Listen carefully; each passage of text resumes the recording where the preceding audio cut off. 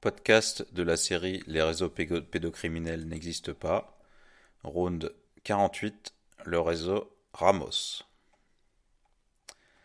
Maroc, un foyer pour mineurs vulnérables fournissait des enfants à des VIP espagnols.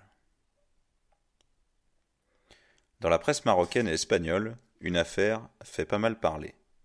Un VIP aurait profité d'une association de mineurs vulnérables marocains pour en détourner certains vers des actes pédocriminels.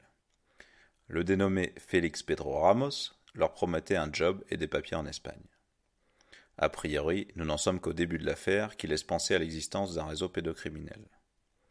Félix Pedro Ramos, star du petit écran en Espagne, venait souvent en vacances au Maroc. Comme en France, où nombre sont les adeptes de ce pays, comme Pierre Berger par exemple. Mais alors qu'il tentait de repartir de Tanger par la mer le 20 juin dernier, il a été arrêté par les autorités marocaines suite à des accusations d'escroquerie à laquelle se sont greffées des accusations de pédocriminalité. Trafic de breloques et jeunes éphèbes. La justice marocaine avait reçu des plaintes de la part de deux entrepreneurs, un Français et un Marocain, au sujet d'escroqueries commises par Ramos.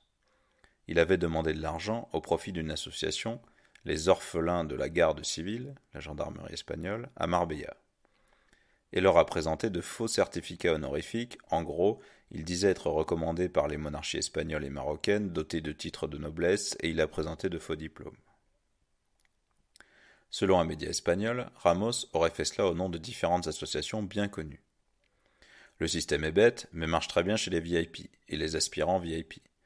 Ramos leur disait qu'il avait de grandes relations chez les nobles, la grande classe, et proposait aux pigeons de leur donner un titre dans une association gérée par les dits nobles, comme les orphelins de la garde civile, ou dans un institut où on trouve du gratin, comme l'Institut d'histoire des Baléares. Le tout contre quelques milliers d'euros destinés à des œuvres caritatives, ou encore son titre de l'ordre impérial byzantin de Saint Constantin le Grand, ordre qui existe vraiment. Apparemment, il n'y a pas que les deux plaignants à déclarer avoir été manipulés par Ramos pour lui donner de l'argent. Une trentaine de personnes se seraient fait connaître, et l'escroc ciblait avec ce système plutôt les people, les gens riches. Beaucoup de groupuscules fonctionnent de cette manière, avec souvent les breloques et costumes de cérémonie qui vont avec. De fait, Ramos semble apprécier ce genre de distinction. Il est chevalier ou grand prieur de toute une liste de groupuscules, président ou médaillé d'honneur d'autres machins.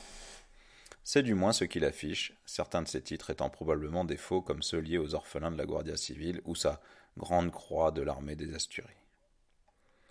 Le dit Ramos traînait aussi beaucoup dans les soirées VIP caritatives, un peu sur le mode des USA.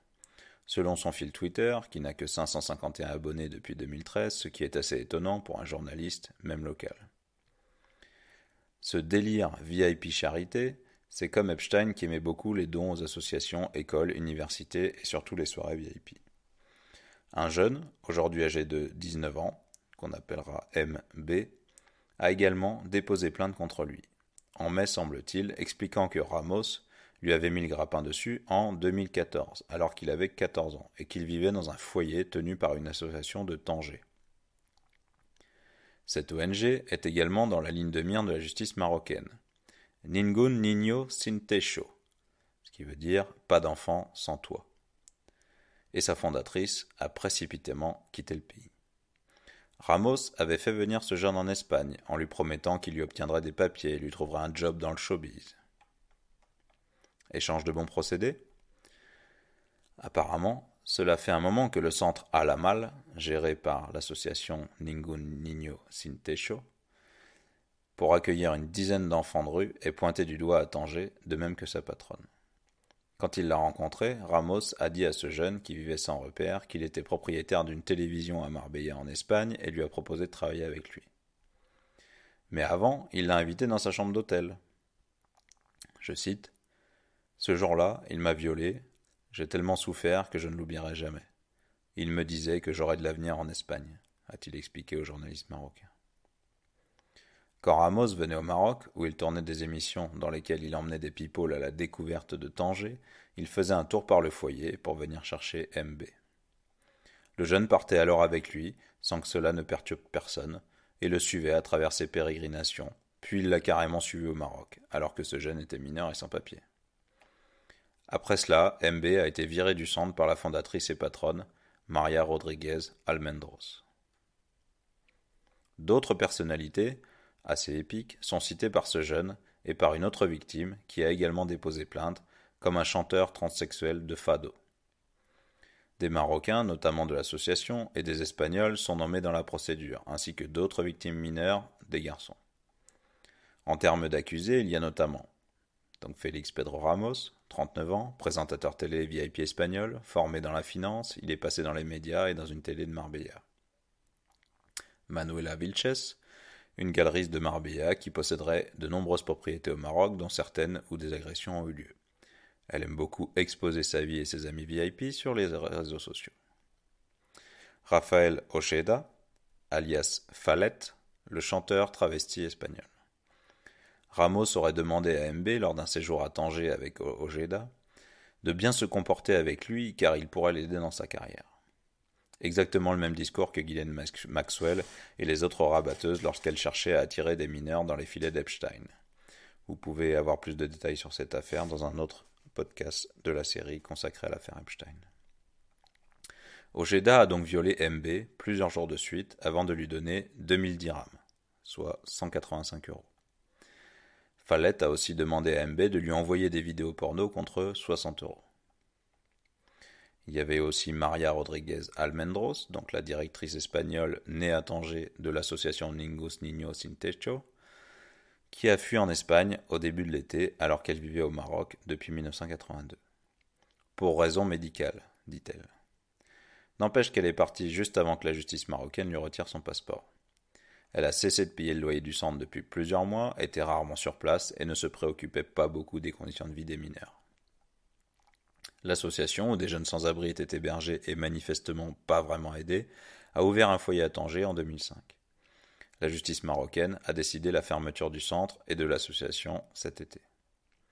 Mais cela n'a pas dû beaucoup la perturber, puisque Maria Rodríguez Almendros aurait justement déclaré à ses copines qu'elle comptait mettre la clé sous la porte durant l'été.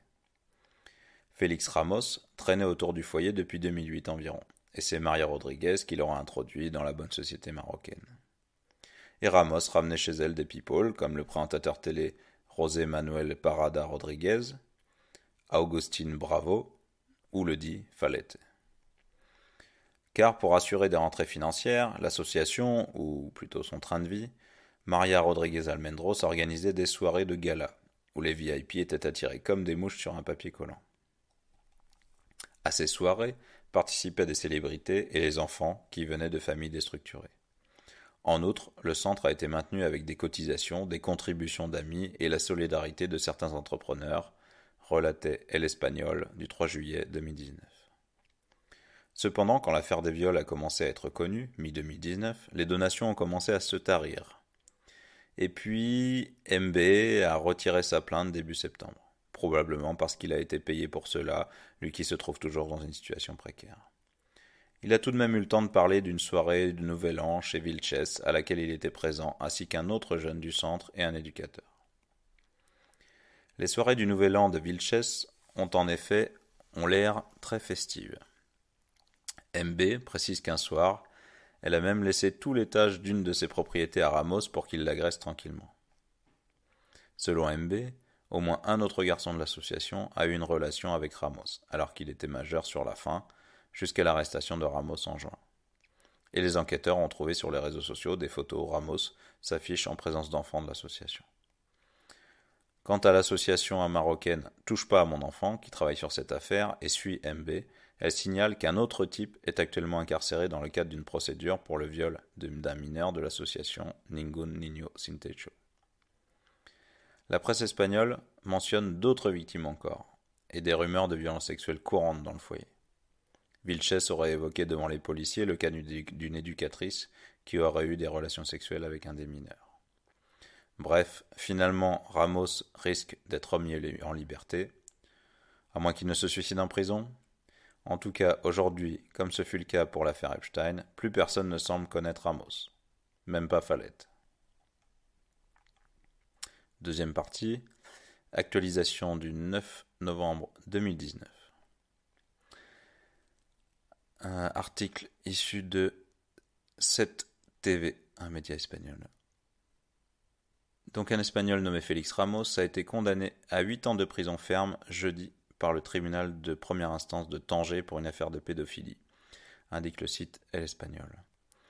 Le prévenu avait fait l'objet de récentes plaintes en juin dernier de la part d'un jeune homme marocain qui l'a accusé de l'avoir violé alors qu'il était adolescent. La défense de la victime a demandé un dédommagement de 500 000 dirhams ainsi qu'un traitement médical en raison du préjudice subi quand il était mineur, indique la même source. Par ailleurs, un paiement d'un dirham symbolique a été ordonné par le juge au profit de l'Association marocaine des droits de l'homme Touche pas à mon enfant, qui a alerté les autorités après avoir reçu l'appel du jeune Marocain. L'association explique que le présumé coupable abusait la victime pendant 3 ans et chaque fois qu'il se rendait à Tanger et l'obligeait à coucher avec plusieurs individus.